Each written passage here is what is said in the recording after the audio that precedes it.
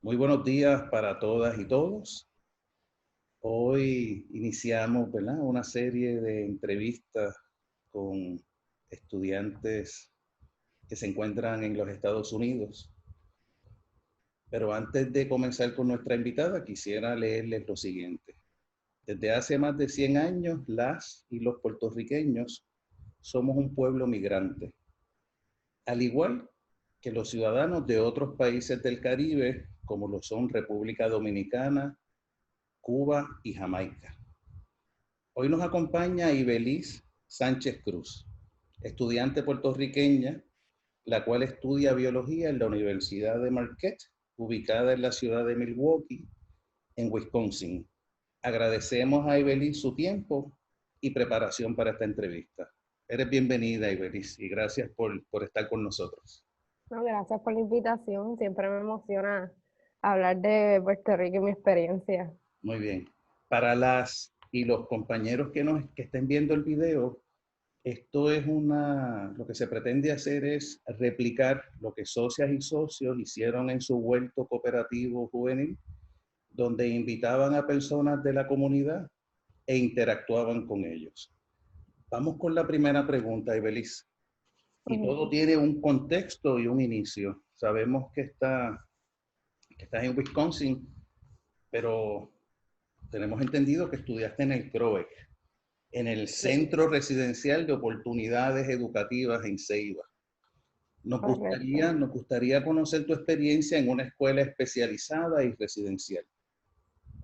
Pues creo que fue un reto. No se puede negar que dentro de todo, pues fue un reto. Estaba el aspecto de que era residencial, o sea, me tenía que ir de casa a tan temprana edad y quedarme en la escuela y estar en un ambiente que no estaba acostumbrada, que no conocía a nadie.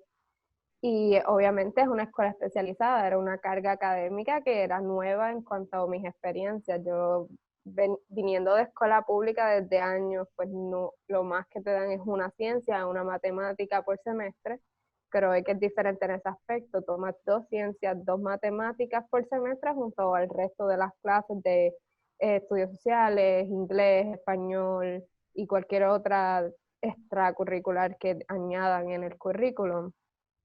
Eh, pues creo que fue, yo creo que un proceso de aprendizaje más allá de lo académico, en cuanto a que me expuse a otros jóvenes de mi edad con las mismas metas o que es deseosos de expandir sus conocimientos, también son de diferentes pueblos y te expones como que a sus realidades también, aprendes de ellos.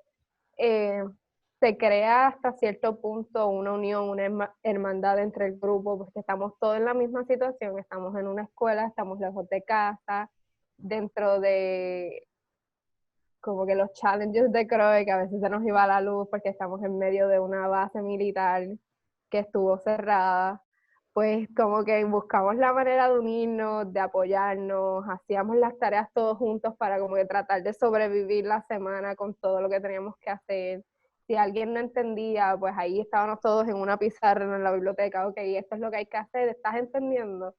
Y nos apoyábamos así, ¿sabes? Es una experiencia que es como que te la disfrutas, la sufres, pero al final del día aprendes tantas cosas, te llevas tantas amistades de por vida y es como que es increíble lo que uno puede experimentar cuando acepta un reto que al principio le da miedo a uno como joven y pues yo no me quejo de que, o sea, hay, como todo se sufrió, se lloró, pero creo que todo es una experiencia y creo que cualquiera que la pueda disfrutar o la pueda tomar debería de hacerlo. Sé que cuando estuviste en CROEC llevaste a cabo una investigación relacionada a los microorganismos en el suelo. Y esa fue una de Correcto. las razones que nos conectaron. Socias y socios de la cooperativa juvenil eh, tienen composteras en su huerto y conocemos que los microorganismos juegan un rol sumamente importante en el desarrollo y en los usos de la composta, ya sean plantas y árboles. ¿Sería posible que nos comentara sobre esa investigación? Sí, mi investigación, como usted mencionó, es de microorganismos en el suelo.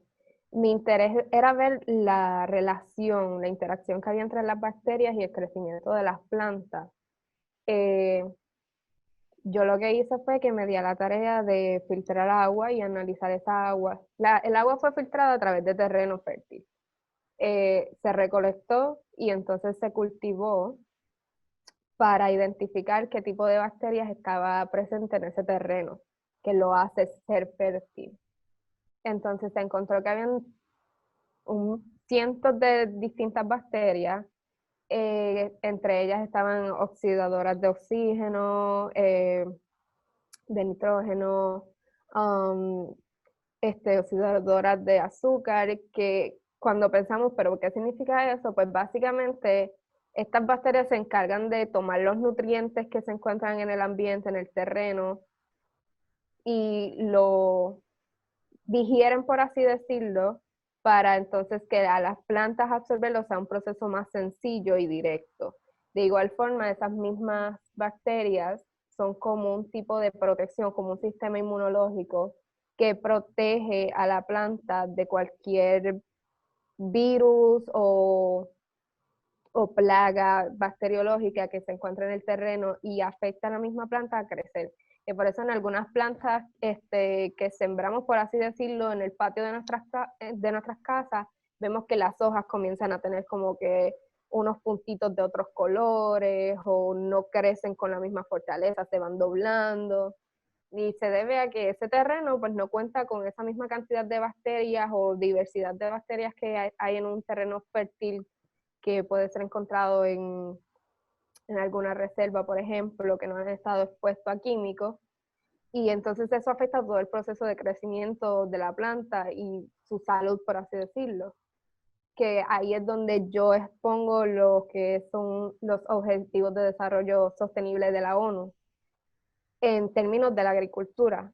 En Puerto Rico se le da un gran énfasis a utilizar varios químicos para mejorar los cultivos.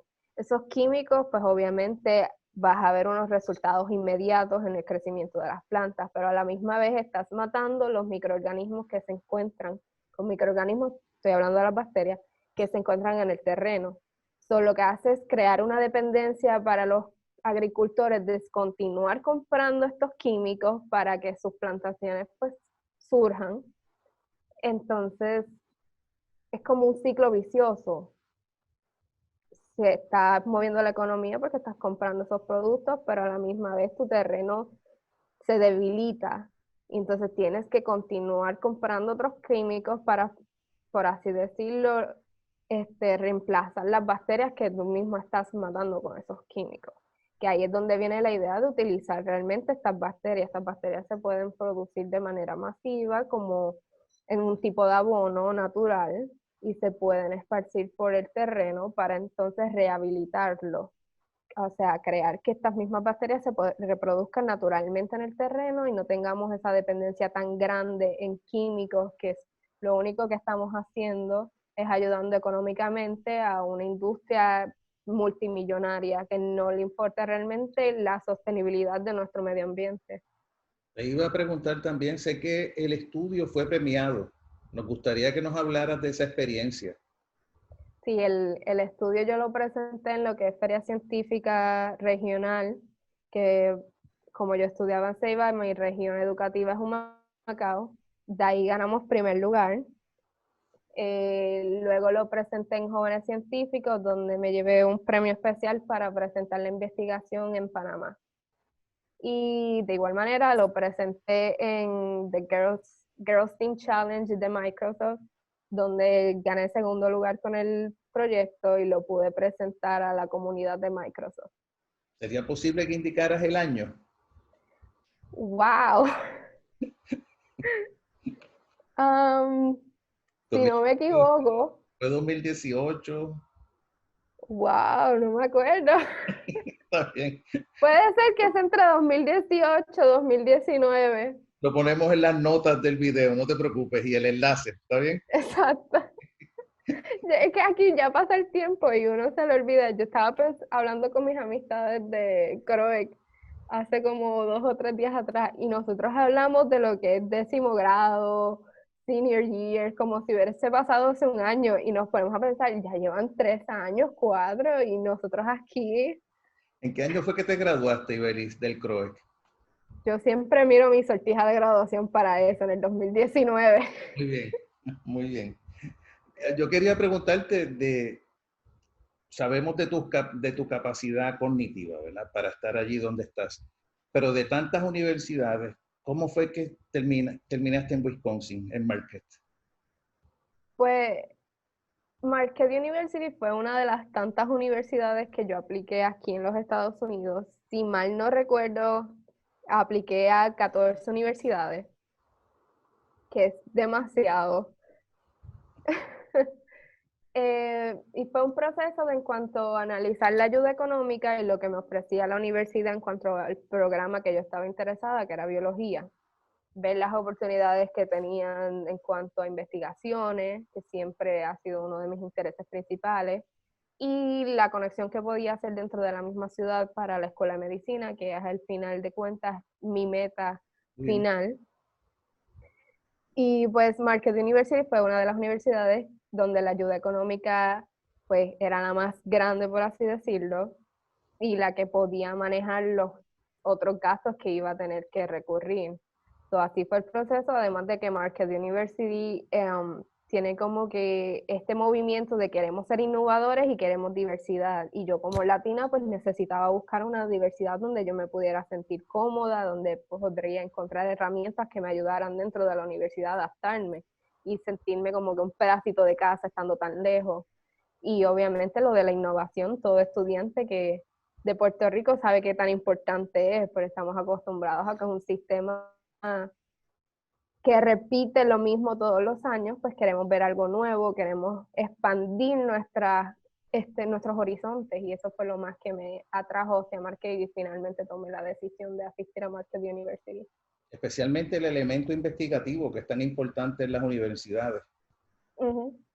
Eh, Tenemos que hablar de algo de la radicalización que ha ocurrido en los Estados Unidos y sabemos que el 90% de los residentes de Wisconsin son blancos. Sí. Y no sabemos si son tan condescendientes o nos aceptan o nos toleran como los residentes de Vermont. A mí me gustaría saber cómo tú has lidiado con ese 90%, ya sea tanto en la institución académica o cuando tienes que estar fuera de la misma. Es difícil, como que al principio cuando yo llegué a Marquette, yo no visité Marquette. Muchos de los estudiantes que aplican a los Estados Unidos visitan las universidades para conocerlas mejor antes de aceptar su oferta para asistir a la universidad, por así decirlo. Cuando yo llego, lo primero que yo noto es como que una cierta división entre donde se veían las casas bonitas, donde se veían las casas más pobres, y entonces está Marquette University como que en el centro. Y lo primero que me dicen es, aquí hay mucha segregación.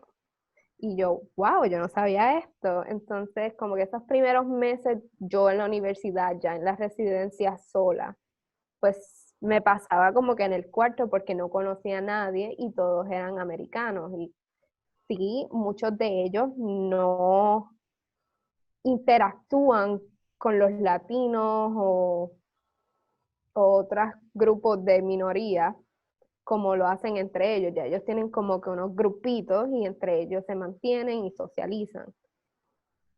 Pero dentro de todo, a medida que pasa el tiempo, vas encontrando como que tu grupito de personas que puedes interactuar con ellos, como quiera van a haber choques de racismo, es imposible negarlo, siempre vas a tener el comentario del acento cuando estás hablando en inglés. Cuando estás, por ejemplo, a mí me pasó que en el laboratorio, yo nunca había estado en un laboratorio de química, y yo no sabía qué hacer. Yo literalmente llegué allí el primer día con mis papelitos de las instrucciones y yo estaba completamente perdida, y mi compañera de laboratorio era americana. Entonces yo le digo, tú me puedes ayudar porque yo nunca he estado en un laboratorio de química, no sé lo que tengo que hacer. Pues entonces ella como que me dijo, oh, wow, ¿en serio nunca has estado en un laboratorio? Y yo, no, en serio. Y ella, nosotros lo hacemos aquí desde tal grado. Y yo, bueno, pues yo no lo he hecho. al principio como que si le hacía una pregunta me contestaba, pero luego de como que la tercera pregunta me tiraba como que para el lado o me decía, ay, es que no te entiendo. Cuando perfectamente todo el salón podía entender mi inglés con todo y acento, y el instructor del laboratorio era de India y tenía un acento mucho más marcado que yo. Bien. Y pues fue como que un choque yo decir, wow, yo nunca he experimentado racismo, por lo menos en Puerto Rico, y aquí no llevo ni 2 semanas y ya tengo la primera experiencia. Pero es todo en encontrar como que tu grupito, este, intercambiar experiencias, ver cómo ellos lo han experimentado. Y a mí me ayudó a encontrar latinos que se habían criado aquí en los Estados Unidos. Ellos como que me dieron, como que, no, no te preocupes, ignóralo. Si tú ves que tienes que O le hablas, contestar, o le hablas español. exactamente, ¿Le porque es hablas como español? que Sí. yo conozco 2 idiomas, tú lo que conoces es uno. Y le replico Ya. hablándole español. Entonces, pues fue un proceso, pero aprendí de ellos y aprendí como que a estar más segura de mi identidad como puertorriqueña, Cierto. a estar segura de que tengo un acento, pero sabes que yo conozco las mismas cantidades de palabras o más que tú conoces en inglés, yo las sé en español, que es un idioma bastante complejo. Sí. Y llevo todos estos años tratando de aprender inglés y mira, llegué aquí y lo hablo, me entienden perfectamente y estoy estudiando en la misma universidad que tú, siendo tú americana, que estudiaste en Estados Unidos y tienes todas las ventajas que nosotros como puertorriqueños muchas veces no tenemos. Y qué bueno que lo trae porque cuando las socias y socios estaban interactuando en lo que llamaron, ¿verdad?, el proyecto La Buena Pauta 2, se hablaba sobre el orgullo que hay que tener y especialmente el orgullo cultural como el racial. Uh-huh. Hay que ser orgullosos de nuestra afrodescendencia y hay que ser orgullosos para evitar que nos aplasten, ya sea en los Estados Unidos o en cualquier otro sitio, y que nos hagan sentir inferiores. Es algo que el sistema siempre ha evitado, ¿verdad? Uh-huh. Pero hay que educar a las estudiantes y a los estudiantes en ese aspecto. Mencionaste estudiantes hispanos, pero me gustaría saber si has coincidido con otros estudiantes puertorriqueños. Sí, hay un grupito bastante grande de puertorriqueños aquí en Marquette University. Muy bien. Muchos de ellos somos obviamente de la isla, viajamos para venir a la universidad. Hay un pequeño grupito que nacieron en Puerto Rico, pero se criaron acá en los Estados Unidos porque los padres tuvieron que emigrar por cuestiones de trabajo y buscando mejor calidad de vida. Muy bien. La otra pregunta iba relacionada a algún consejo para las socias y socios, porque debido a la situación económica del país y las perspectivas de futuro, hay que ser sinceros. Esto no se va a arreglar de un día para otro. Lo más seguro es que ellas y ellos terminen siendo migrantes. Pero antes de eso, tuve que investigar en relación a dónde estás. Y sé que hay algunos restaurantes puertorriqueños en la ciudad. Yo voy a hacer la mención de los restaurantes y tú me indicas si has ido o no. Pues mira, yo pude averiguar que hay uno que se llama La Borincana, Sí. Shalom Puerto Rico Restaurant y El Rincón Criollo. Me gustaría saber si has asistido a alguno de ellos y cuál ha sido la dinámica. Y, ay, si hay puertorriqueños, ¿verdad? Atendiendo también. Sí, sí.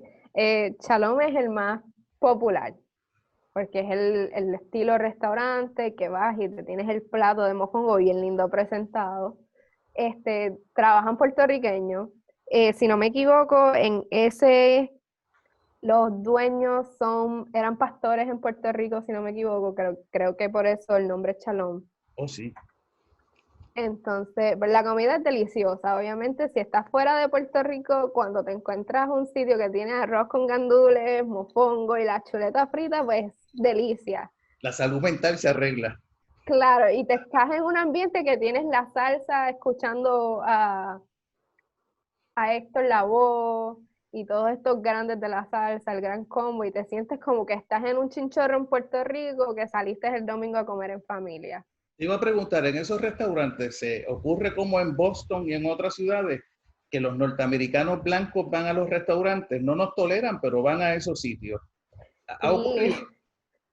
sí, a ellos les encanta comer comida latina porque obviamente es lo único que van a encontrar que tiene un buen sazón. Ah, muy bien. Porque la comida americana yo no quiero criticar, pero no sabía nada. Ellos lo único que saben es usar sal. Nosotros usamos el sofrito, el sazón, tenemos todos estos condimentos que cuando tú te comes esa comida es una explosión de sabores. Dentro de la investigación averigüé que la comunidad mexicana está presente en la ciudad desde 1920. Tienen panaderías, tienen restaurantes, tienen otro tipo de negocio que sea visible para la comunidad en general en la ciudad. Sí, hay muchas panaderías, hay muchas tienditas donde venden los dulces que en Puerto Rico compramos, estos dulces latinos que no los encuentras acá tan fácil. Tienes las marcas Goya, tienes todos estos productos que son latinos y ellos los venden. También hay como que hay mucha mezcla de por sí ya de entre puertorriqueños y mexicanos y ves muchos lugares hay uno, si no me equivoco, que se llama Boricua Mex, porque Yo lo vi también en Google Maps, gracias a Google Maps.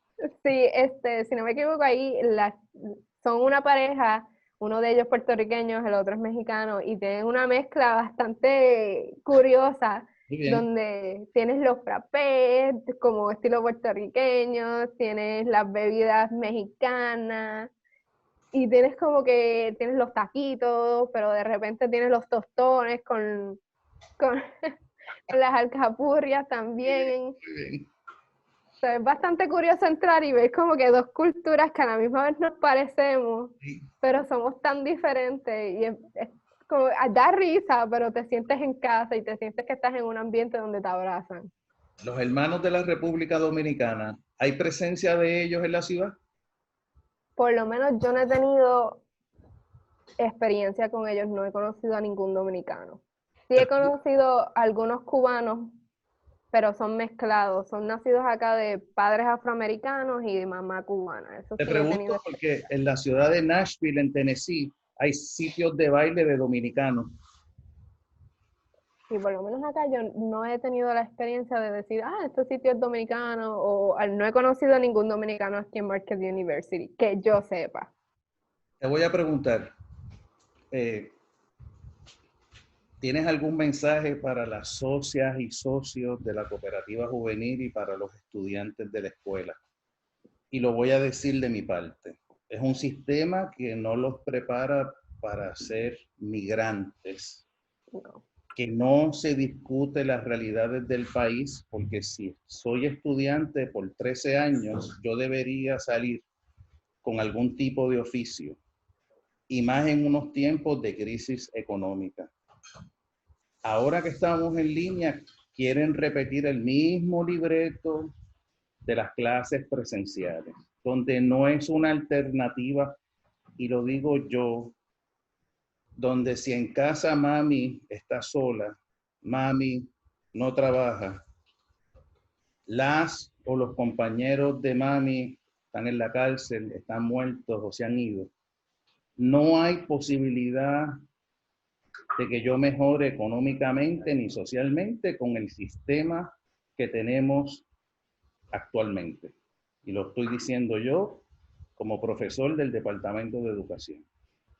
Soy viejo ya, así que no me aterra que me envíen un comunicado indicando esto. ¿Algún consejo para las socias y socios de la cooperativa, que estos temas se han hablado con ellos, pero quisiera que fuera de tu parte? Yo tengo tantas cosas que decir sobre eso, pero no quiero aburrir a los socios y a las socias. Pero principalmente, pues sí, yo no quiero que ustedes piensen al ver esta entrevista que yo vengo de una casa que el dinero volaba y crecía en los árboles y se usaba y se gastaba. Yo soy primera generación universitaria. ¿Qué significa esto? Que yo soy la primera en mi familia que asisto a la universidad. Eh, Mi mamá y mi papá lo único que tienen es un diploma de cuarto año. Mi papá fue carpintero por varios años, mi mamá trabajó en una um, empresa cosiendo y hasta que ambos tuvieron un accidente en el oficio y tuvieron que dejar de trabajar o sea, vivimos del cheque de lo que es el seguro social.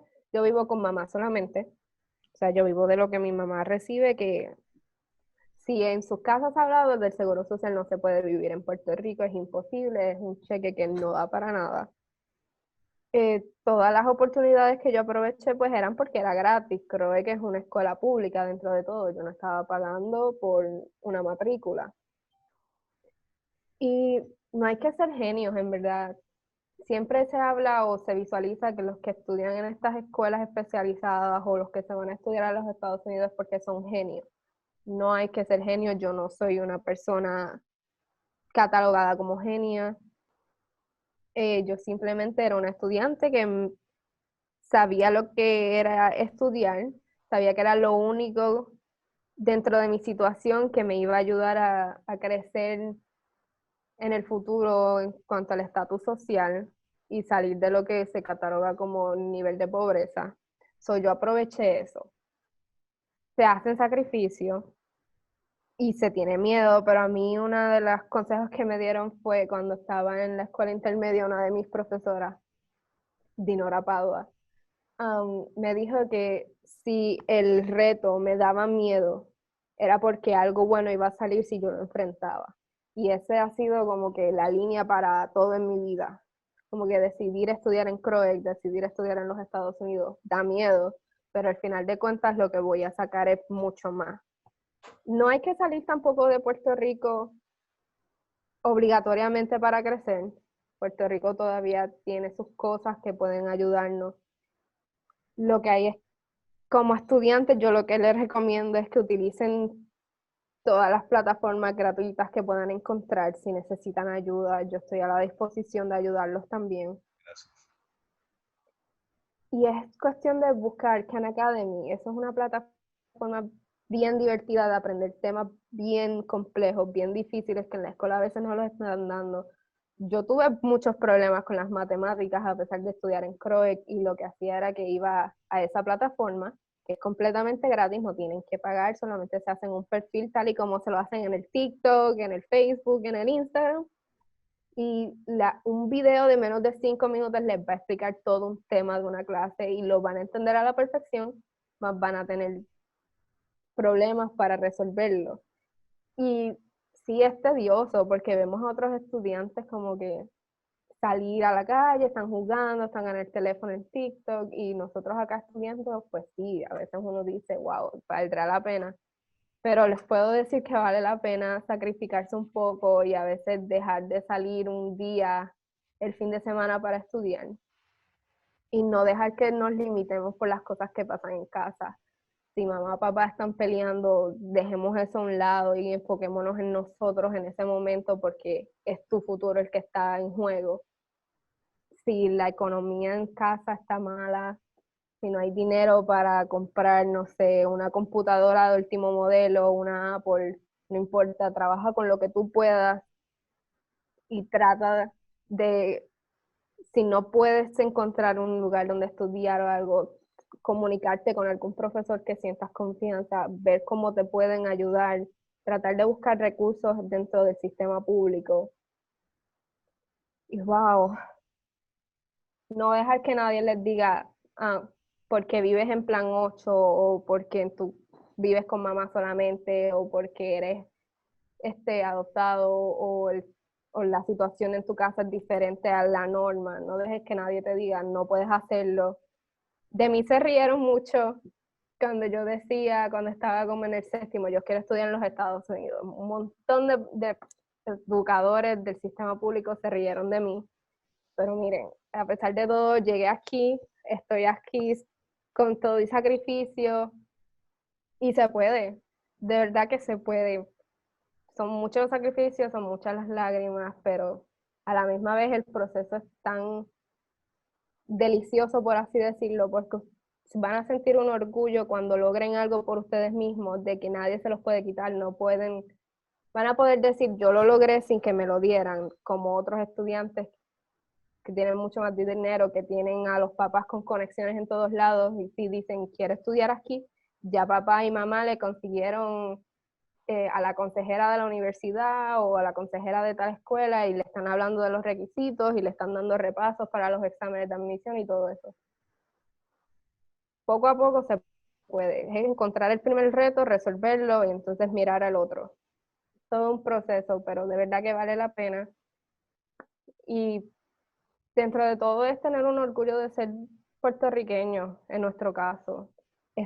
Siento orgullo de tu isla a pesar de todo lo que esté pasando en el sistema económico, en el político, y trata de ser tú el cambio que tú quieres ver. Como que si tú experimentaste algo que te chocó, pues trata de ser tú como que el cambio para la próxima generación que viene detrás de ti, para que ellos no lo sufran. O si tú puedes hacer lo más mínimo por ayudar a otra persona en Puerto Rico, hazlo, porque eso es lo importante. Nosotros necesitamos unirnos como puertorriqueños y ayudarnos entre nosotros. Tenemos que dejar al lado esa lucha entre quién crece o quién es mejor que quién tiene más. Necesitamos unirnos, y vuelvo y lo repito, porque esa es la clave para nosotros crecer como pueblo y para crecer nosotros como estudiantes dentro de un sistema que muchas veces lo que nos siguen enseñando es lo mismo, es la misma rutina, llegar a la clase, escuchar a la maestra o el maestro una hora, a veces no entender mitad de lo que dijeron y pasar a la otra clase y ya tienes el examen y no sabes cómo estudiar y no sabes qué hacer para ayudarte a ti mismo porque mamá quizás no entiende ni siquiera el material y no puede sentarse contigo a estudiar, o papá mucho menos. Es todo un proceso, pero todo se puede. Agradecemos tu consejo, agradecemos que hayas sacado tu tiempo y te hayas dirigido a las socias y socios de la Cooperativa Juvenil Manuel Fernández Juncos.